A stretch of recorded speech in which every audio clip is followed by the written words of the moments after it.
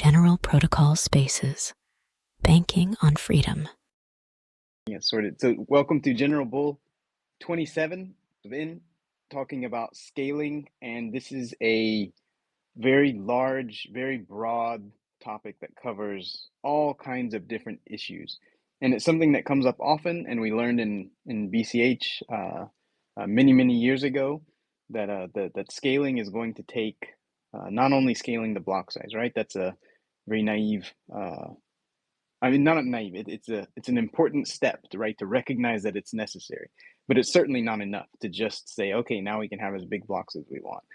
So I think we'll cover as much as we can on what's needed to scale. What does it take to scale to global uh, size and support millions, billions of people?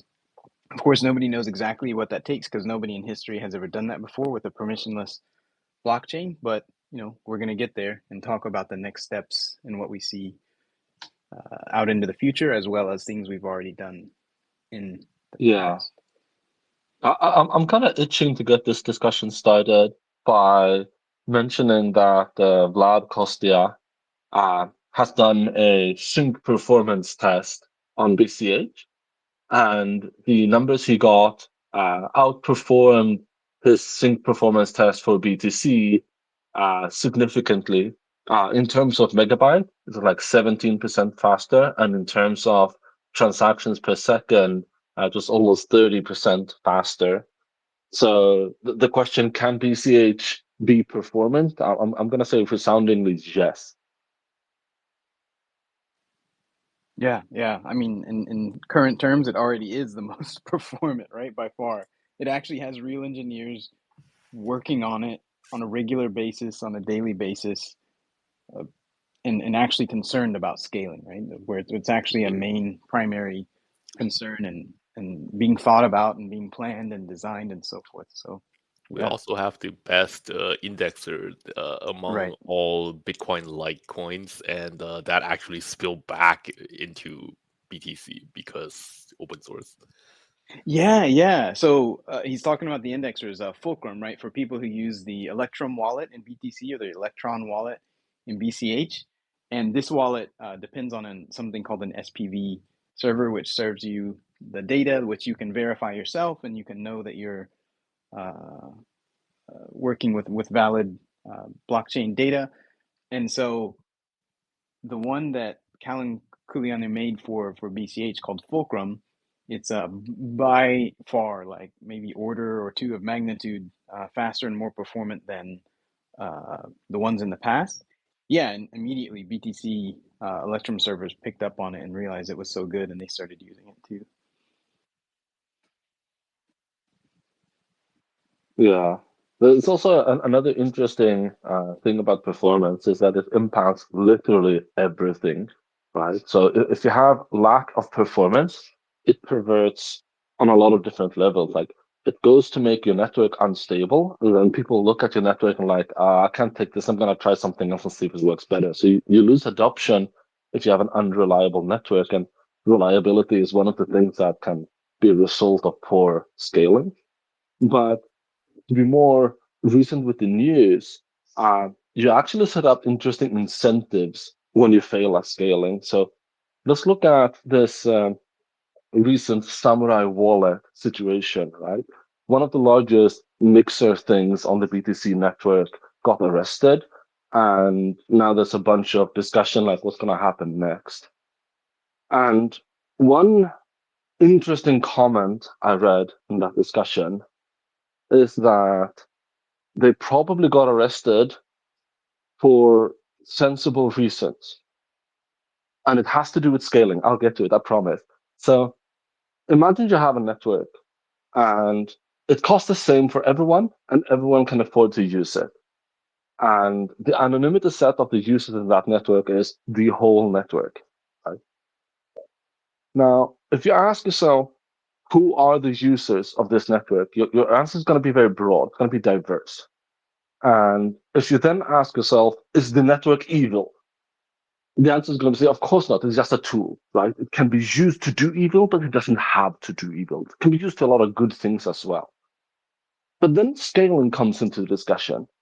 And you ask the question, if only people who are rich are able to get and afford privacy through these mixing tools, who are those users, right? What are the users that really benefit from and want privacy if you limit it only to the people that have a lot of money? Well, they're not institutions, right? You don't see like stockbrokers going around doing anonymity oriented things. They don't have a need for that. And so you're going to find that the average number of people, the average user of such a Conyon protocol might actually be people doing illicit activity to a much, much higher degree than if this protocol were available and affordable to everyone. And so is CoinJoin evil? Well, no. But was it used for bad things at a large scale here and warranted an actual takedown? I don't know. I'm just leaving with the fact that if you don't scale, you're going to pervert incentives. You're going to get a different result than you expect. Yeah. Yeah, and even the way Samurai does it or did it, I guess. You want to speak to how the method that they did things was impacted by scale? Because like for example, in the absolute worst case, right? There's these old setups that people used to use and occasionally propose from time to time still, where it's like, okay, well just send your money and then the service will send it back. It's like, yeah, like Yeah, no. Right? the old mixer method. Yeah, Uh, like trust me, uh, bro, I'll send it uh, back. Kind I of mean, kind of thing, right? the thing about those mixers though is interesting. Like people say that mixers are dead. No, they're not. Yeah, but all the mixers that I know, they are all shut down or something. No, you know what's not shut down? Binance is not shut down. Like Right. the old because the thing about mixers is that the old school mixers were custodial, and if you really think about it, you have as long as you have an exchange that where you can get around the KYC somewhere somehow, then it effectively functions as a mixer. um so the mixers are not dead. They remained, and they're just as custodial as ever. They just put on like new just put on new titles at the door. Um yeah, but Samurai is an interesting case. As far as I know, they are like sort of an in between. It's sort of an in between case between true uh or more advanced anonymity methods like Shuffle and Fusion and other kinds of ZK shenanigans and Monero. And the aforementioned custodial methods, in that they're not custodial, but there are several questionable points in between where they could snoop on your data and such. So they're kind of an interesting case to get into fights with the community very often over this. But it's still really sad that they shut down, because they're still way better than any custodial mixers. So I see. And then how about the scale aspect? So with that kind of hybrid, I knew it was some kind of hybrid, but I didn't know the details. How would that be affected by failing to scale? I mean, failing to scale just it affects all kinds of mixing protocols in general, because in a transparent chain, that's what the Monero people like to call us. In a transparent chain, the way you mix is that it doesn't matter which actual algorithm you use. The way you mix is invariably that you will need to make transactions to join some kind of anonymity set, and then you have to leave that anonymity set. That's universal. There's no getting around that. That's the highest level principle. Um, and the more expensive it is to transact, the harder it is to do this, right? Because that's extra cost. So interestingly, it's not just that, yeah, mixing is more expensive and that sucks. That also degrades the anonymity set itself. And the reason it degrades the anonymity set itself is because as your transactions are made more and more expensive, then casual people who just want privacy would probably go elsewhere. They could just go in and out of an exchange for a quick and dirty way of getting privacy. They could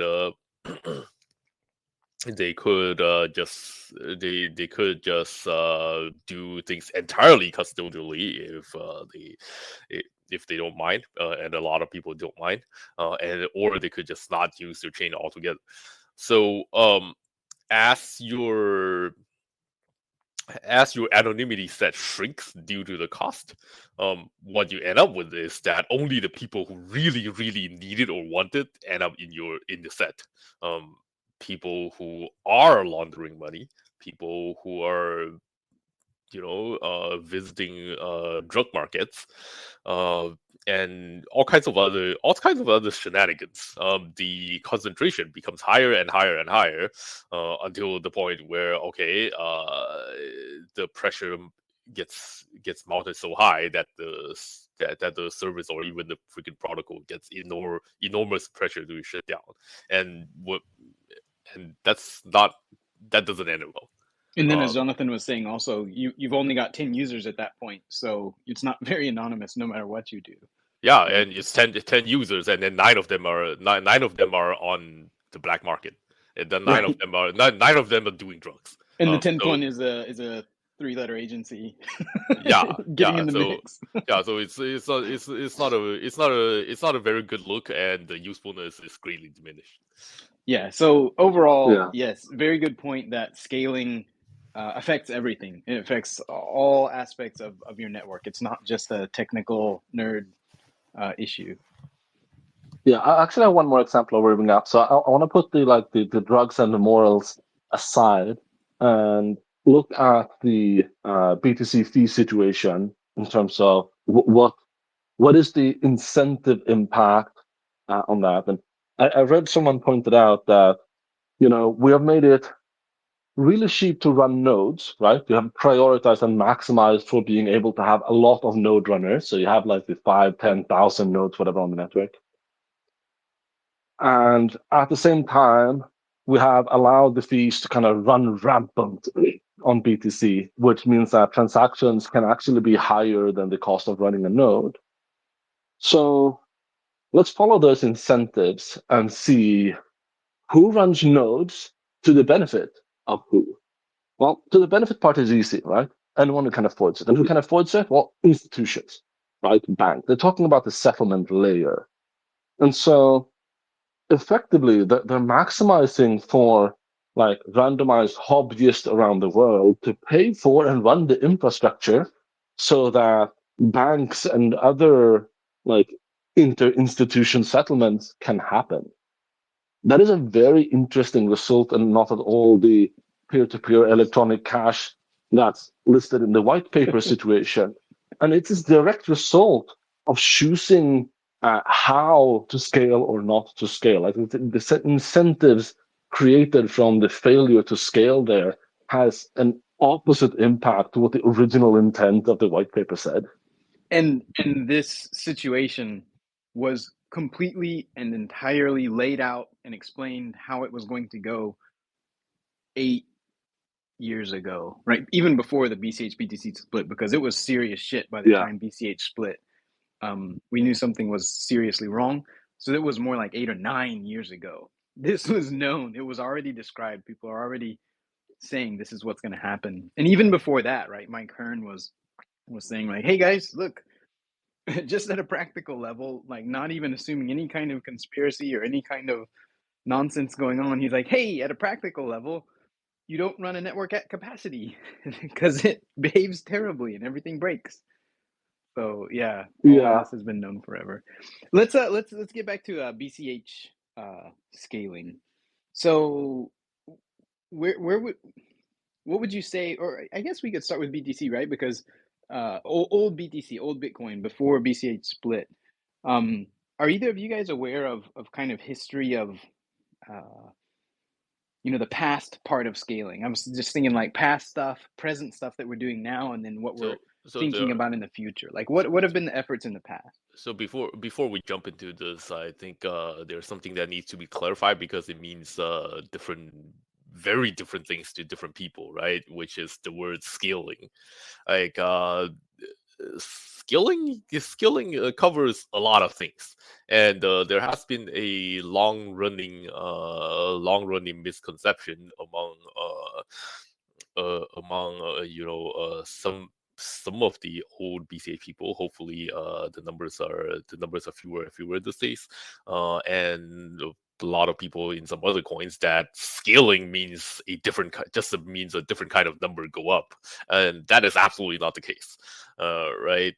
So people would say, Except "Oh users. yeah, oh Users number go up is is necessary, but it's a thing that happens when you're ready and when you can do it. Yeah. yeah." So a lot of people would say that those guys want the prices to go up. We will scale. By scale, I mean like we just change the number. We just change the number. It's so easy, and the megabytes go up. The gigabytes. Uh, the gigabytes go up, and capacity is scaled. That is not the case. You need to have performance, and most importantly, in a sort of computer science or pseudo computer science matter, scaling just means that you ideally want to reduce the overhead that it incurs as the capacity number goes up, and that makes things scalable.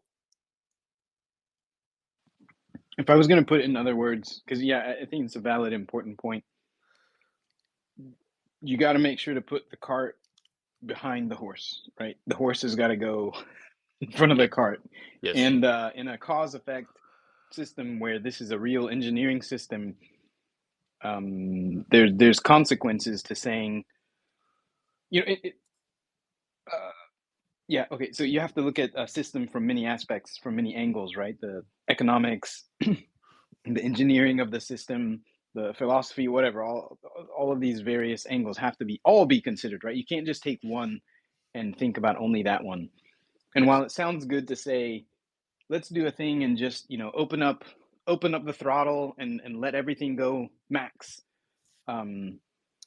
That's how you stall an engine, right? To use the engine analogy, you stall the engine if you just flood it with fuel. So you have to look at it from the engineering aspect also, which is often gets the least consideration, or at least in the past it got the least consideration. In layman's terms, when we boil it down, skilling is the art of keeping things running well when you increase the capacity. Right. Right. All right. So what happened in the past before the BCH split? There was things started growing, people started using it more. Satoshi got nervous, right? And there's the famous discussion where he's like, hey, we probably need to have some kind of limit to make sure it's not completely unlimited. And that's along the lines of what we're saying here, right? Where you have to have a system that works, not just that is unlimited in every way. Yeah. At that time, the 1 megabyte limit was basically a sanity check against some known performance limitations, and perhaps all sorts of other performance limitations that may not even be known yet, as we would find out later. But at that time there were performance limits where a transaction can cost the system exponentially more resources as it gets bigger, and people got a bit scared and say, okay, we are nowhere near 1 megabyte yet, so just throw a limit there. We're not hitting that anyway. let's worry about this later. Yeah, And this was still that makes sense at the time. this was still at a time when we had like 150 kilobyte or 300 kilobyte standardness, or like miners didn't make larger than this because the node, while it was technically allowed by the protocol, it wasn't a default setting, right? Yep. Right. So it was kind of a bit of a, oh shit, things are actually growing, and I'm sure, because I mean it's not that hard. You can come up with attack vectors. Attack vector just means, somebody can come up with an attack that will cause your node to crash, or it'll cause it to just get busy and it never responds to other people, or etc. Like there's lots of ideas that you could have, especially at that time when the software was still to a large degree, not to a large degree, to some degree naive and not hardened against all these different kinds of attack vectors. So things like poison blocks and whatnot, you could tell a node, hey, I'm going to send you a block. And it's like, all right, send me the data, or I'm going to send you a bunch of transactions. No, I'm going to send you a block. So it says, okay, send me the data. And then you just feed it a continuous stream of bullshit data. And the node's like, okay, thanks. Okay, thanks. Okay, thanks. It just keeps taking the data, and it's never going to end, but it just keeps taking the data.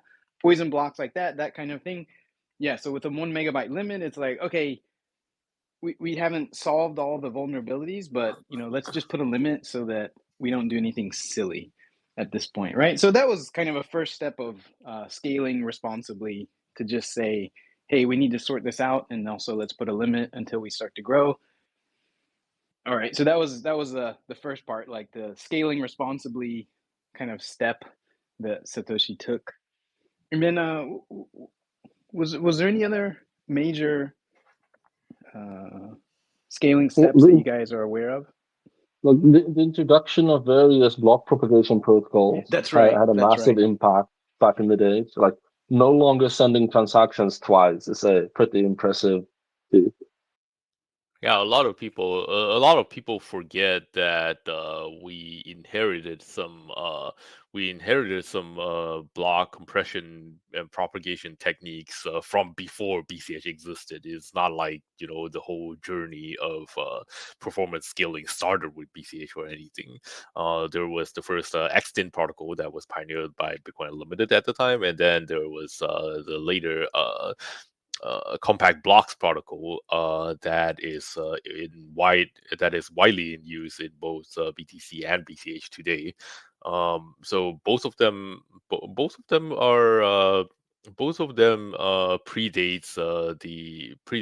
BCH. So this is not something that was the concept and the work did not just begin in 2017 out of nowhere. Right, and it's another good example, right? Where just making the number go up is not always viable. And so let me explain for the audience a little bit about what we're talking about here. This is where we say, so there's a misconception many people have where they say, okay, a pool found a block. Okay, they're like, okay, they discovered a block, and forget about all that process that leads up to that. Just assume it happened magically. And you found the block. Okay, and many people have the perception that, okay, I found the block. Now I need to transmit it to everyone and send the block to everyone. And that would be a horrible design. If that's the way it worked, that truly would be a terrible design, because then you'd have to transmit this whole block of data all at once to everyone across the whole network. Terrible design. When in fact, all the block is it's made up of transactions. It's just a container around a set of transactions. And so in fact, all these nodes already have all the transactions. So the trick you need to accomplish is just telling people, my block includes these transactions. And if you're missing one or two of them, you can go get them, and then you can verify the block. And if you already have all of them, you can just instantly verify the block.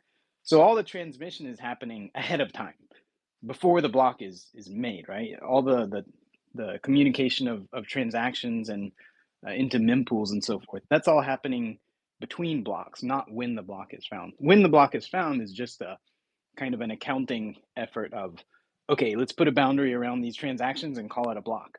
Okay, I'm missing these three. Let me go get those three. All right, yeah, it all verifies. Fine. right? And that's what these compact blocks, graphene and so forth are working on, is making all this process as efficient as possible and not kind of repeating yourself and transmitting the same data repeatedly. So yeah, that's a huge part of scaling, right? Where it's not just a number go up, it's efficiency go up, right? You do things intelligently, not just bigger and more. Well, there's also more aspects to the number go up perspective. And if you look at the question, like what number? So block size number is the one that's mostly associated with BCH as the scaling solution of choice. But there's actually a lot of different numbers involved in the process of scaling that is also going to matter. And particularly to tie back to the previous, some of these numbers tie heavily into the incentive and like who are the users perspective. So let's start up a talk with, I'll talk about the mempool, right? Where the transactions are temporarily stored until a block is found. Now, the mempool is not limited by the size of a block. Mempools are allowed to be much, much larger. On B2C, I believe the default mempool size is about 300 megabytes, while the block size is 1 megabyte, and with some SegWit machinery, you get to maybe even go as far as 4 megabytes in theoretical situation. Now, why would you have a 300 megabyte large mempool but only have like at most, like generally speaking, 4 megabytes of block? Well, I mean, sometimes your transaction needs to linger in the mempool for days or even weeks, right? So that totally makes sense. You might even argue that it needs to be even bigger. Yeah, so having a mempool that is much larger than the block size, it's a good protection mechanism that allows you to handle unexpected demand, right? So say it comes in a very large number of transactions and they outpace the availability of block space, then you have a mechanic to make sure that eventually they will be taken care of. Well, at least that's the theory, but what we can see play out is in a B2C Hype environment, the 300 megabyte block space, mempool space, just isn't enough to cover the long durations and ranges in which transactions need to stay in the mempool. Right, but on BCH, it works very well, right? The concept works well to say it handles a burst of where the assuming the design intent is kept, right? Where roughly speaking, the design intent is that every transaction gets into the next block. That may not be 100% guarantee. It's surely not 100% guarantee, but that's the whole design intent, right? Like you put in a transaction into the mempool, you share it around the network, and to a greater or lesser degree, every single transaction is going to get into the next block that comes, or very soon in a very nearby block. And so when you work with that assumption as a design intent, then that mempool design works well. It works, but at the same time, it's actually an active field of research, because if you look at it, so we have gone from the less than 1 megabyte soft caps up to our current 32 megabyte consensus rule for block sizes, and we're about to step into the dynamic range with the adaptive block size limit upgrade.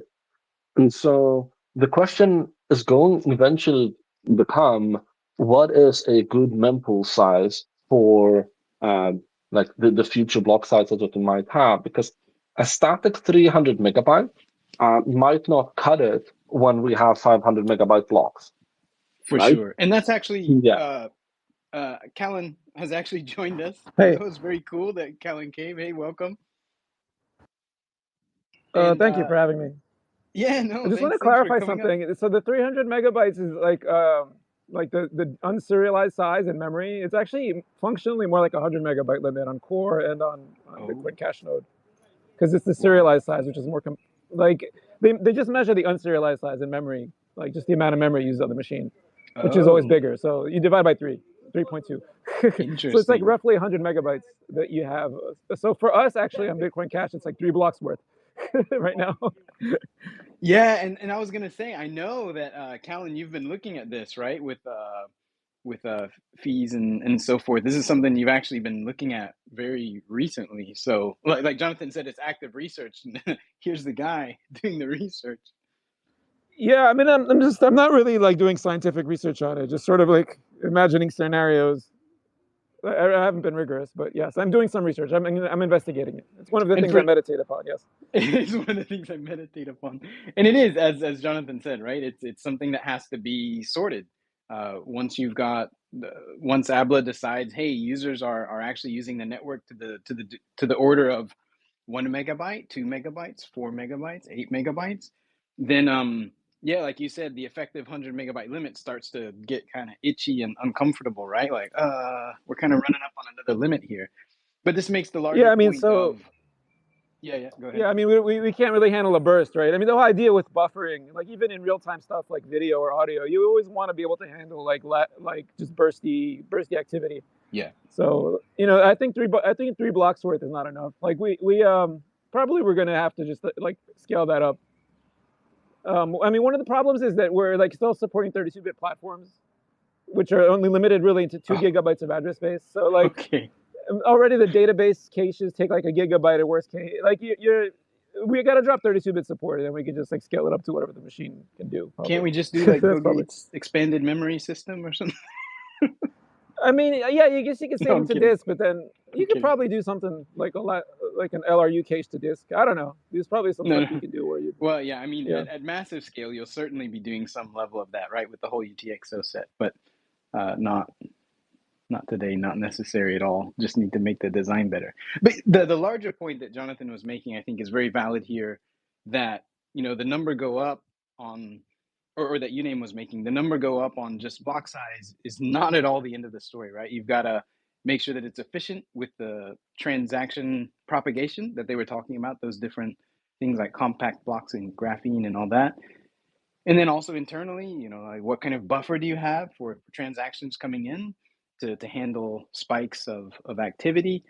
Callan, we were in general talking about the past of scaling, things that happened, like even before the BCH split. Like, do you have any things in mind that we've already done? That Bitcoin has already done to move on this road of scaling to global adoption?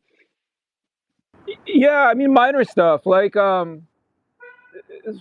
so like just the transaction processing, like adding to mempools has gotten a lot faster because we got rid of we decided as a network to get rid of the fee packages, like the child pays for parent, because that's like an n squared problem.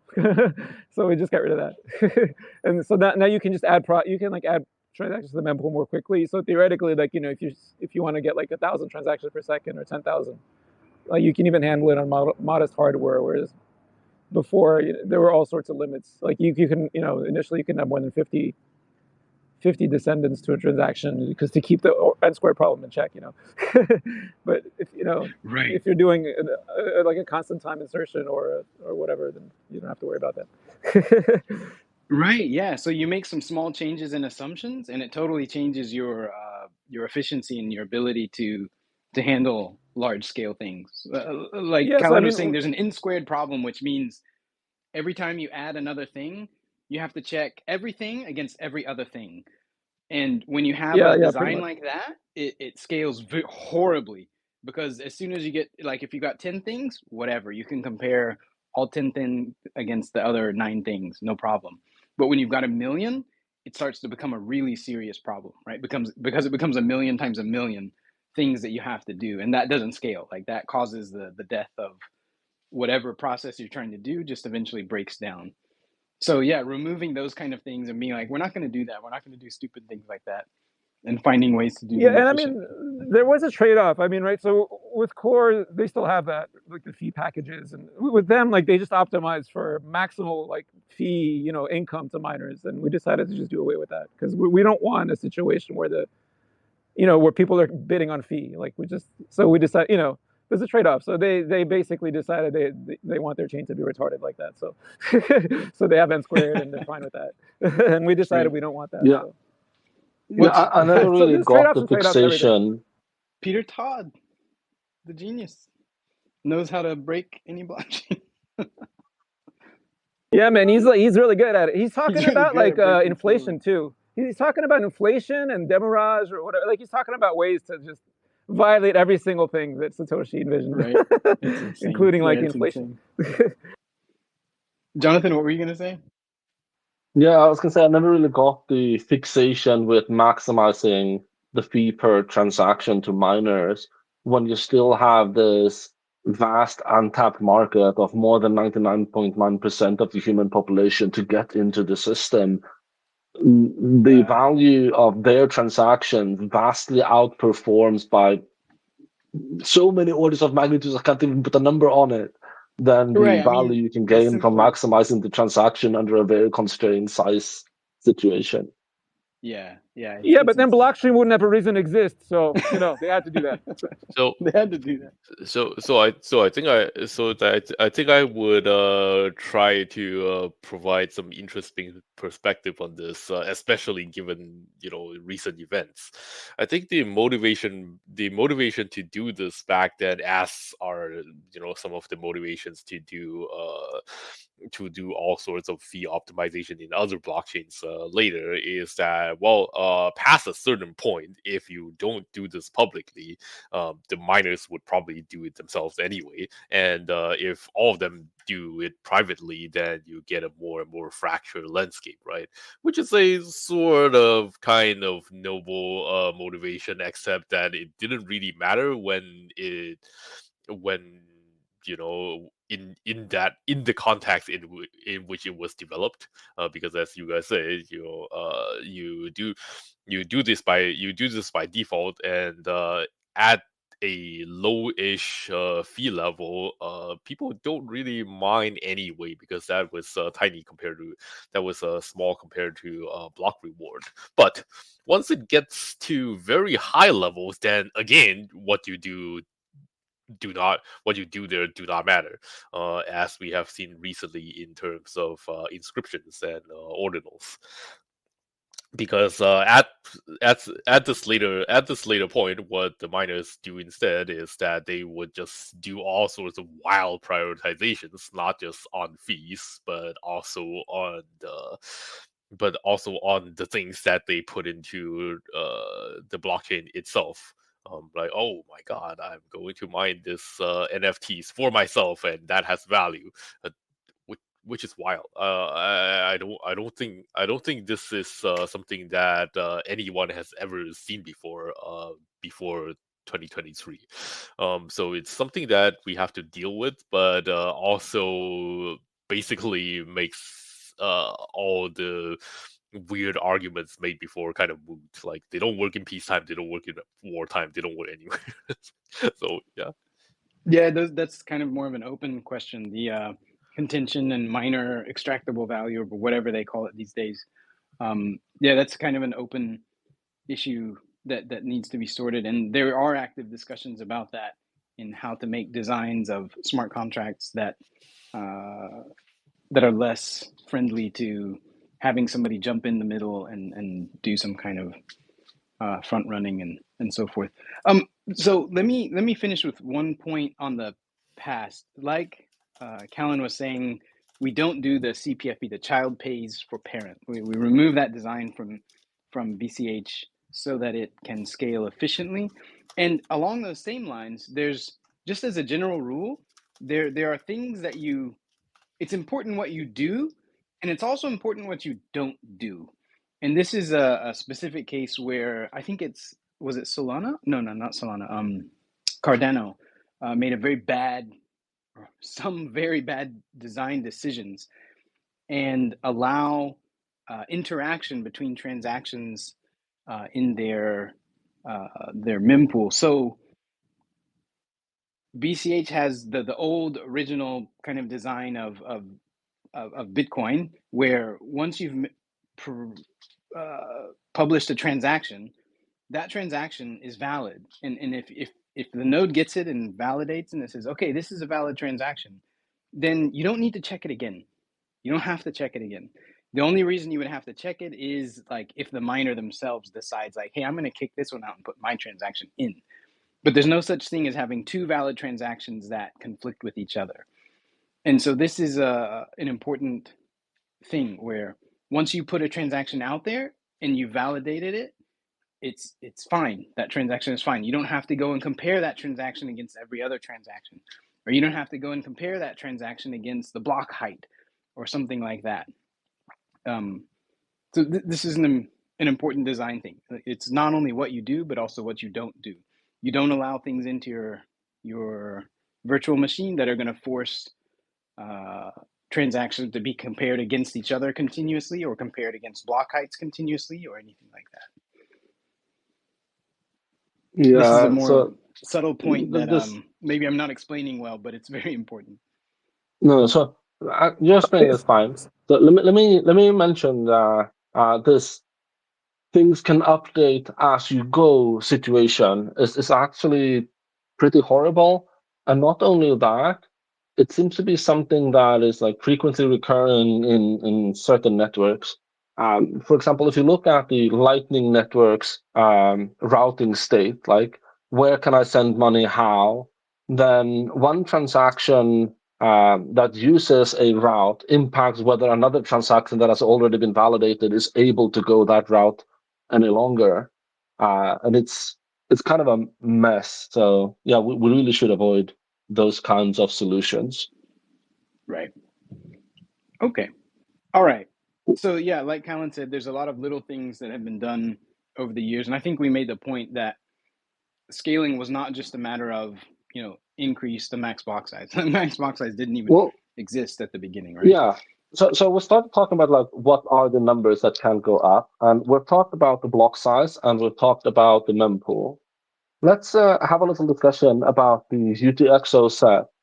And Yes. yeah, and the UTXO set is very interesting because it's one of those things that haven't been optimized well for by essentially anyone that I Not know at all, so yeah. far. And if you look at the past history and the discussions on the Bitcoin mailing list, you will find that there's plenty of people who have made the argument that let's just keep the 1 megabyte block limit because that allows us to not have to optimize the UTXO set.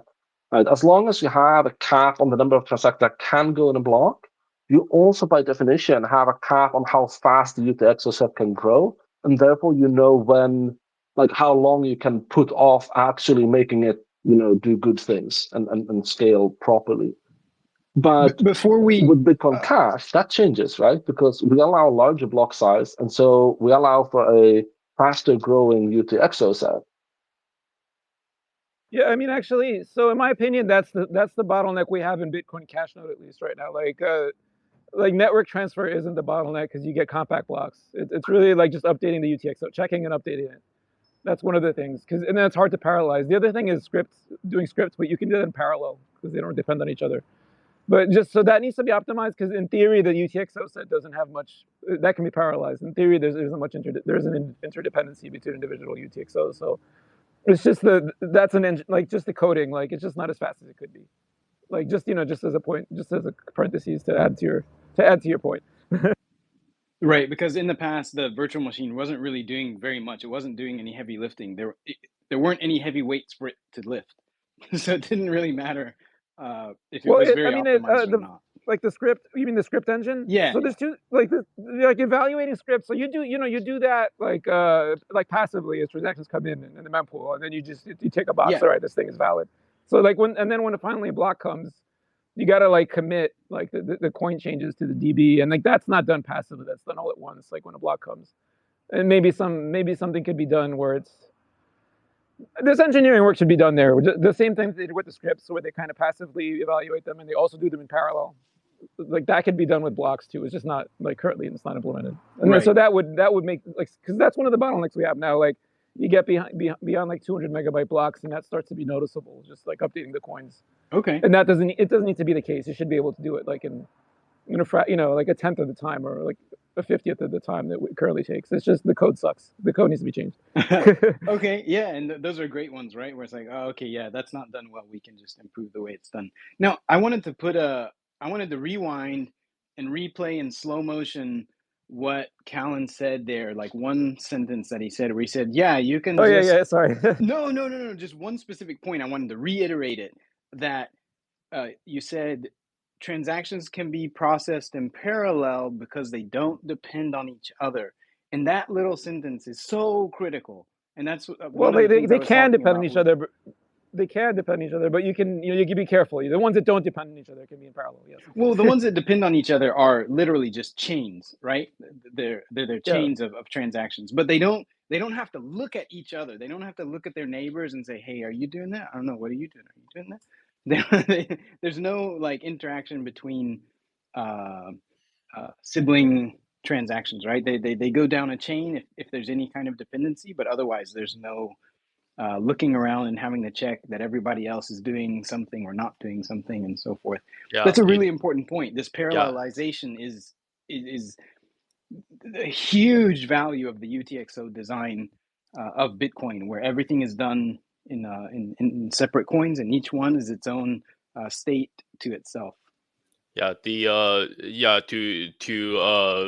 To clarify the details a bit in UTXO, what you asked, what a transaction looks beyond its own borders is that, okay, I got parents. Are those parents valid?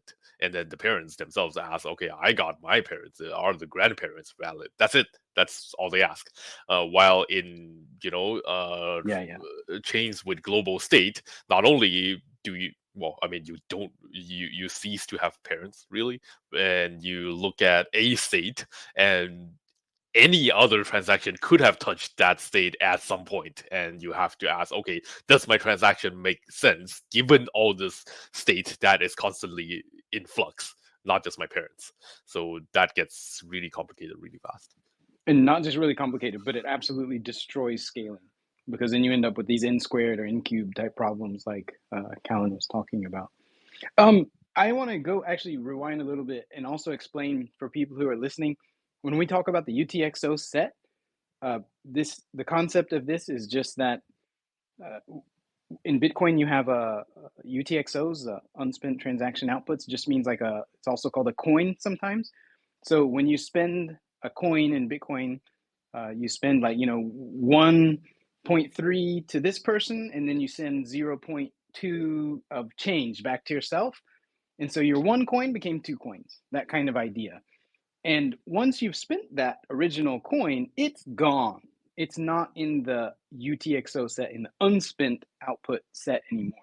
It's disappeared from, and it's just gone into history, right? So it's there, we have a record of it, but it's in history and it's not active anymore, and you don't need to really pay attention to it anymore that much. What you really need to know is those 2 that you split it into, your change output and the one that you sent to, Amazon or whatever. Those 2 are now the important ones, and the one that got spent goes into history. And so the UTXO set is these. It's these active ones that are still there and still able to be spent currently. As an analogy, it's like all the people that are alive today descended from people in the past. When you keep records, do you need to know every single person in the past?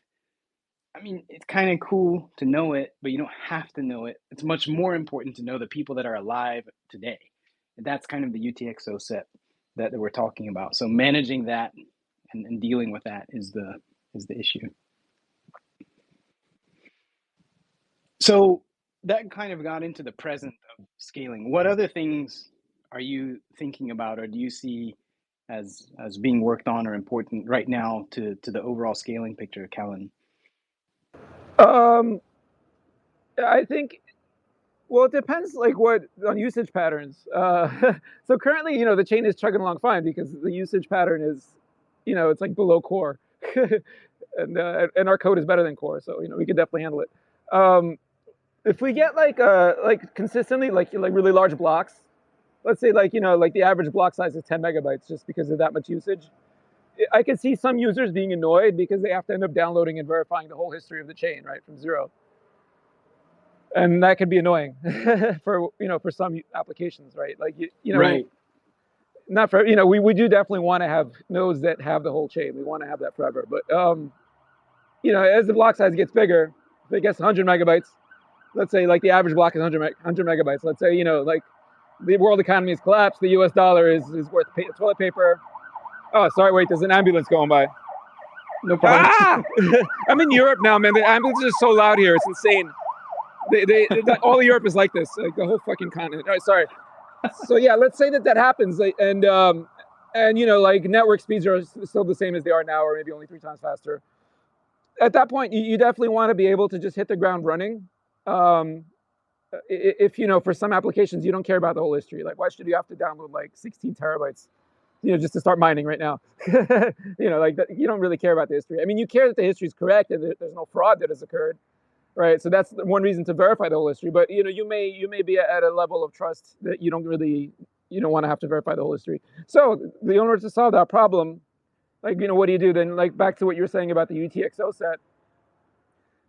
Ideally it'd be possible to just download a UTXO set and know it's valid, right? So you don't download the whole history, which is like tens and tens of terabytes. You download maybe 100 gigabytes or 5 gigabytes or whatever the UTXO set happens to be, and then you hit the ground running. That's much more manageable, right? You just you can just start up a new node and like within minutes it's running, and it's it can validate transactions to mempool, it can mine, you can maybe run an exchange with it. So yeah, that's the UTXO set. Right now, that's not really committed to the blockchain. It's not committed by POW, right? So the only way you know what the valid UTXO set is at all is to play back all of history from 2009 to the present, right? So that's manageable now. But if we continue to scale to like gigablocks or whatever, that might be annoying for people, right? Like that, it'll just make it really difficult to spin up a new node. So if we just did one minor change to the consensus rules where we committed like a hash of the entire UTXO set, just commit that to the block so that there's POW backing it, then that whatever UTXO set you downloaded, it's valid or not if it matches that hash. So that's called a UTXO commitment. And they've been talking about this in the Bitcoin world since like 2012 or whatever. Like, this has been a dream, and it hasn't been yet engineered and done in any of the Bitcoins. I know other chains do UTXO commitments, but so that's something that we probably need to do in the future. Just have a consensus change where, like in the Coinbase transaction, required is a hash of the UTXO set that the block commits to. You don't even have to commit every block. You can commit every 1,000 blocks, every 100 blocks, whatever.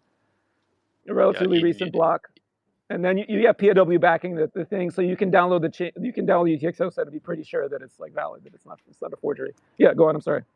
In some other chains they call it state trees commitments or other things like that, because at the end of the day UTXO is a sort of state. It's just a very efficient and very parallelizable state. So right, yeah.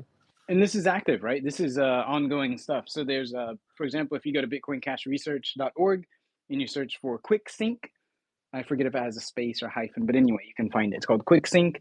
And this is the kind of experimental version of this that Software Verde and others have worked on, where we do it in a non-consensus fashion, right? Where we do it where it's, okay, let's sort out the details of how it works mechanically before we actually shove this into consensus, right? So it's an active area of research and effort going on.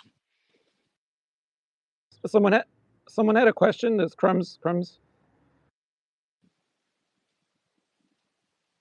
Okay, yeah. Let me see if I can add Crumbs. Oh, he raised his hand. I don't know. Yeah, let's see. We have a tiny audience. Might as well interact with them, right? Yeah, thanks. I hadn't noticed that. It's hard to see. All right, I've added Crumbs as a speaker. Yeah. We'll see if he's able to connect.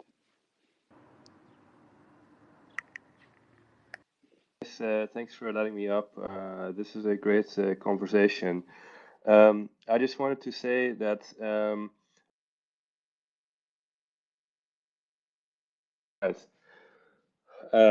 I'll just summarize sort of my philosophy, right? But I see all the versions of Bitcoin basically as companies competing for their shareholders, which are the people that hold the coins on the chains, right? So I think that also means that there should be essentially it should always be possible to reorg quite far into the past if a protocol is changed in a way that it doesn't benefit the shareholders as much as it was intended to. Sometimes some of these changes cannot be foreseen. For example, the change of Taproot being added on BTC resulting in ordinals, that was definitely not planned, right?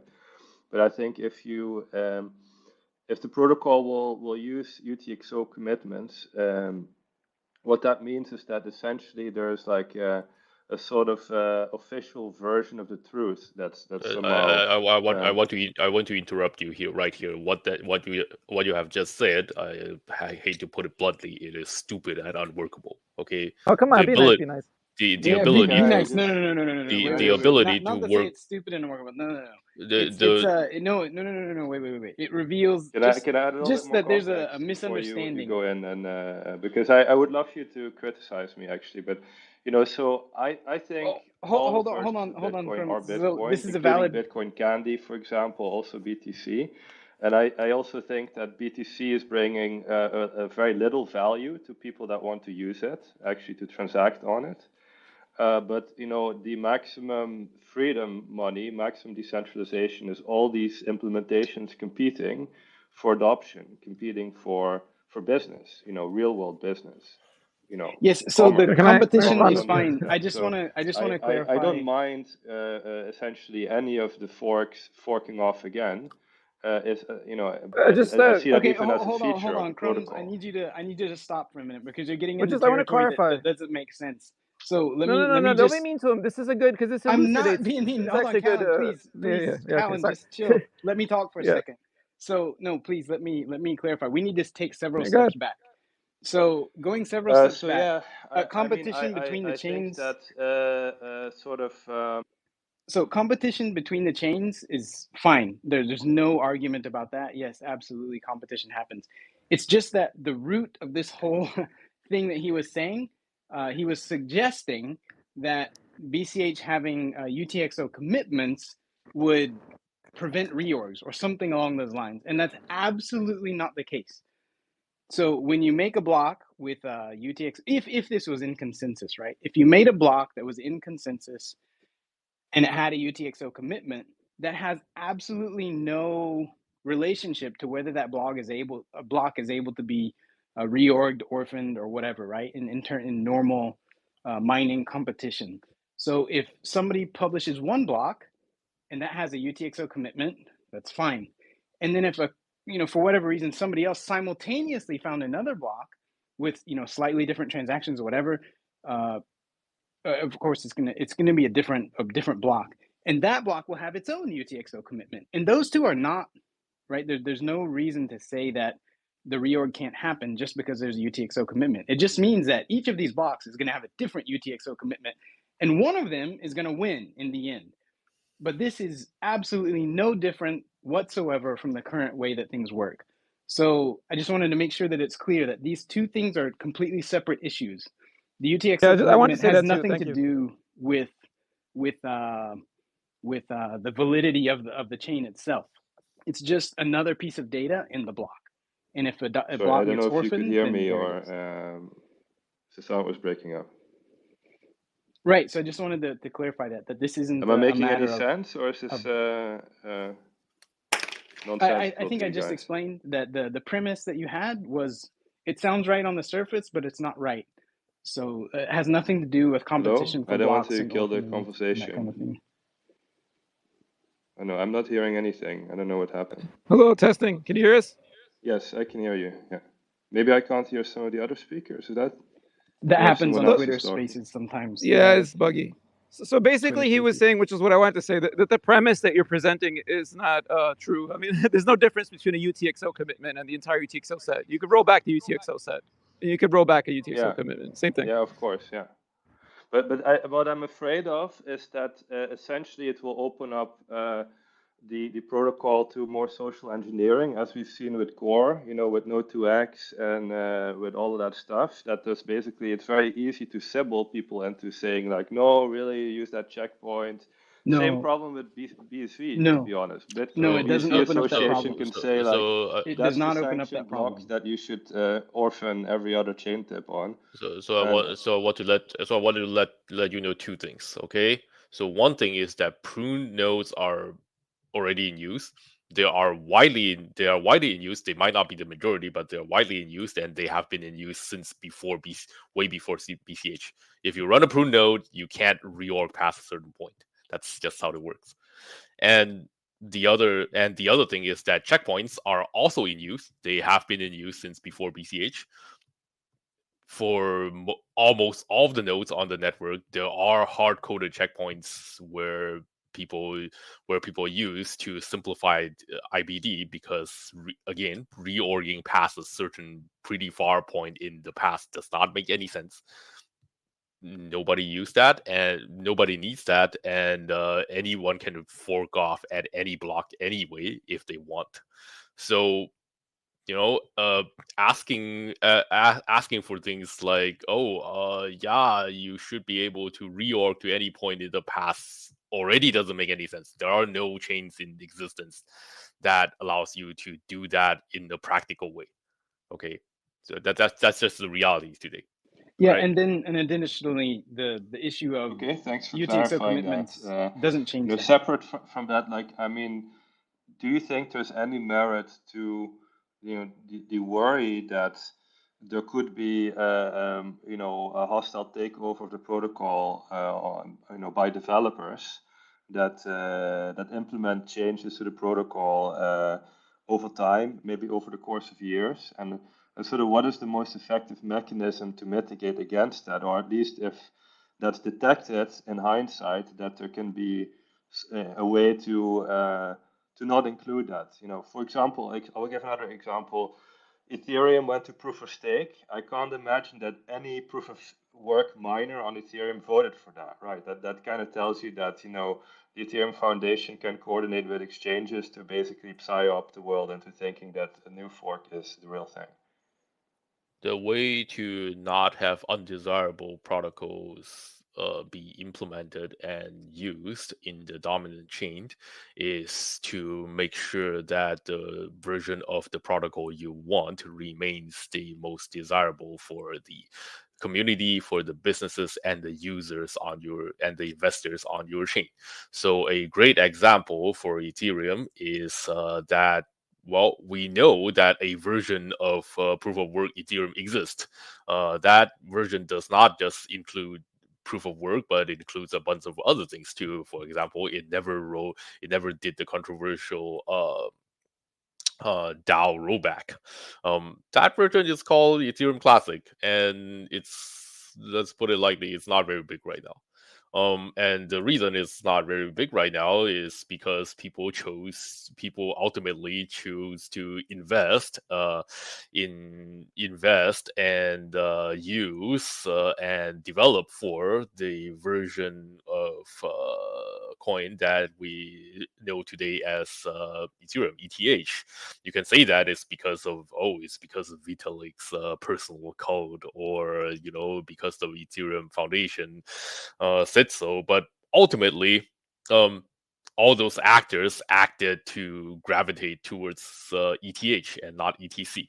So the best way to preserve the protocol of your choice is to convince those actors of that your protocol fits their interest, including whatever inertia effect that might exist.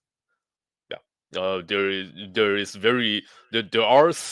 are a few technical things that may sway things one way or another, but ultimately you need to do that convincing. Yeah, but I think the Can challenge I? there is that Bitcoin went from as one CPU per vote, right? And Ethereum on proof of stake no longer is. So essentially, Ethereum went from one GPU per vote to whoever has coins can vote. So I'd like to Proportionally. make. I'm not So sure like, if the you question can here hear is me. like, I don't think you who can is hear the me. economic majority making decisions? That decision wasn't decided by people that had one GPU per vote, which I guess was the view of the economic majority before proof of stake version of Ethereum was popularized. So like, what prevents anyone from doing the same to BCH, for example? Making like That's a good question. There has never been one GPU per vote or anything like that. If we are talking about the realm of consensus, economic actors play a big role there. Like what Binance accepts matter, what BitPay accepts matters, what Coinbase accepts matters, what this or that payment processor accepts matters. The miners decide what the miners decide is what to include in the next block, and in very rare occasions, although we really don't like that, what to soft fork into the next blocks. It's not just in Ethereum; it's also in Bitcoin. The role of one vote per GPU or CPU has always been rather limited. It has never been a thing that encompasses all the things. So you're basically saying that economic majority is anyone that can bring fiat money from the outside and use that to psy up exchanges or anyone into buying a coin. I mean, Or Well, I selling mean, a coin. they can start you wars could. with it. So I what do mean, you think? you could say fiat, or if you would like it, you could also use bananas. Bananas work. You could also use bananas. You could use rice. You could use, I don't know, lumber. But the point is that the miners need someone to sell their coins to. That's just the reality.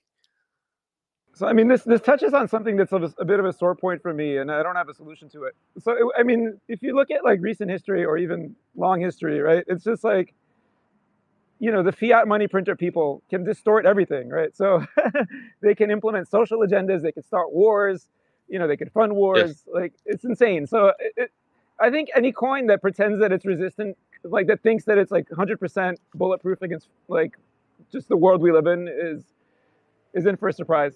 I'm not sure what the solution to the problem is. I'm not sure what this is a problem of our time. This is a problem of the century, of the centuries. Like this is the problem that like cryptocurrency tries to address, but we're not immune to it. We live in a larger world, and ultimately money is a social phenomenon. Yes. Computer software is social, really. Like it's people running programs on their computers. Well So, said.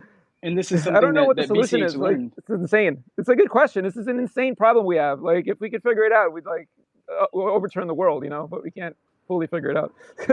Well, it comes down to I like don't know what the social solution coordination, is right? either, It's but a I do it's an open think I question. see merit in as many large block versions of Bitcoin competing for value, for use in the real world, for commerce. And I think that is my definition, at least as of yet, of decentralization. I see it as like companies competing for business, for market share, and like in that regard, I would really like to see BCH bring in innovations from BTC, BSV, all the other chains, and also on BSV. I'm very skeptical that BTC will ever scale, but I really think that the most value, the most sort of utility is brought by taking innovations that work and are actually paid for by users on other chains by adoption, and bring that back into the chain that you support. So like basically stand on the shoulders of giants, or basically free R&D, I would say, and then see what sticks and what people use and what they don't, and at the same time be conservative, or use a way that you can cut out anything that doesn't bring value, or that might even make the protocol unusable. So that's a forking I see as a feature in that. Okay, yeah, it can be. so Although, like you hold can. on, Kellen. Yeah, Yeah. It's a big open discussion about that, and I think BCH does better than anyone on taking Anyway, I try ideas not to from be too outside. dogmatic. I have my own bias. Sorry, yeah, we have a problem where Crumbs can't hear me, so I'm just going to move on from this discussion because we've gone over our time a little bit and gone way outside of our discussion of scaling. But yeah, he makes very good points that competition is important. Competition is a huge part, and you can't ever pretend that you are some kind of island unto yourself. And yeah, every chain, every money network, fiat, crypto, or whatever is competing against each other. and you can't ever pretend that Okay, you I don't think this exist app in that is environment. acting weird again. I don't know if you guys were able to hear.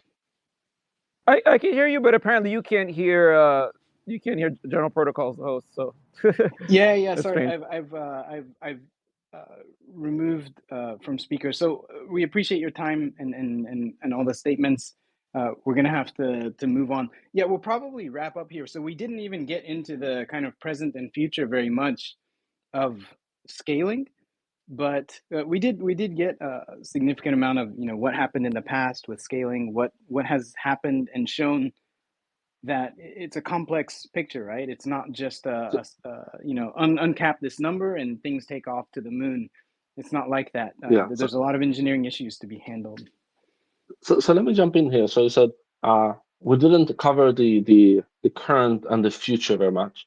And so for those who are actually interested in that, Kayla will be speaking at the Bliss conference on one of these topics, and there are other speakers who will also be addressing scalability on the Bliss conference. So that is a place you could go if you're interested. Absolutely. Yeah. At Twitter, it's at BCH. Is it _ Bliss or at BCH Bliss? Which one is it? At BCH Bliss, no underscore. And the website is bliss.cash.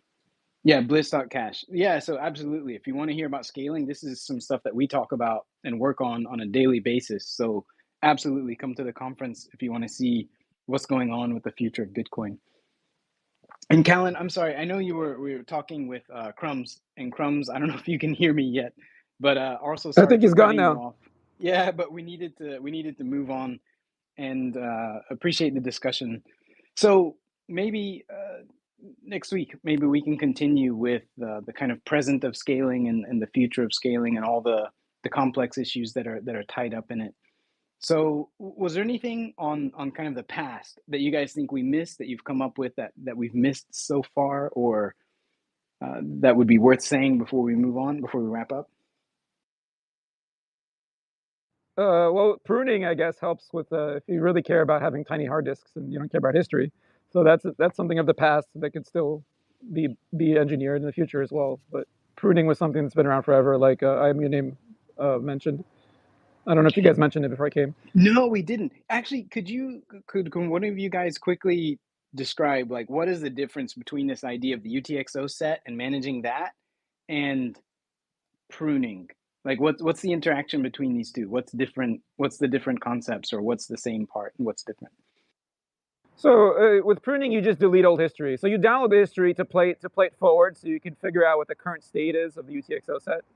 So you download the entire history, but then you don't keep it around. You delete it after some threshold in the past, or usually currently it's defined as some data size, like a gigabyte or 10 gigabytes. So you only keep the recent history, then you delete the old history, and you have your UTXO set, which is the current state. But you do need to download the whole blockchain currently in BCH for all the nodes, except for the ones that implemented like a UTXO fast sync. But yeah, so pruning is just a way to save on disk space. You just delete the old history. But you still need to play it forward to get to the current state. Right. So even if you're going to prune it, you would have to run the whole state and prune as you go if you wanted to do it that way. So right, this correct, kind of a yes, combination. correct. Okay, this is a good combo Yeah. if you want to run pruned and from a commitment. But if you have UTXO commitments, Until then we you don't get have UTXO commitments. Right. Because when we have UTXO commitments, you can start from those. You don't have to replay the past history. So they interact quite nicely. Yeah, and then you have like instant, you just approve node instantly and you're happy. Yeah, and in today's case, some people run prune nodes, but to be honest, I personally find that prune nodes are not very useful because prune nodes save one thing. It saves disk space, and in the process, it loses history. So history is very useful. It allows us to run a bunch of different things.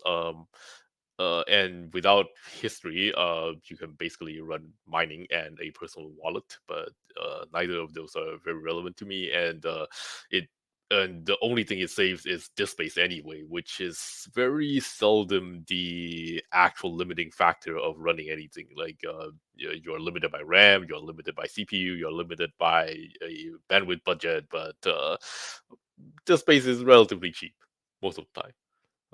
So it's kind of a weird. It is kind of a weird, not very useful situation, kind of a thing. UTXO commitment changes that a lot, since you can instant sync.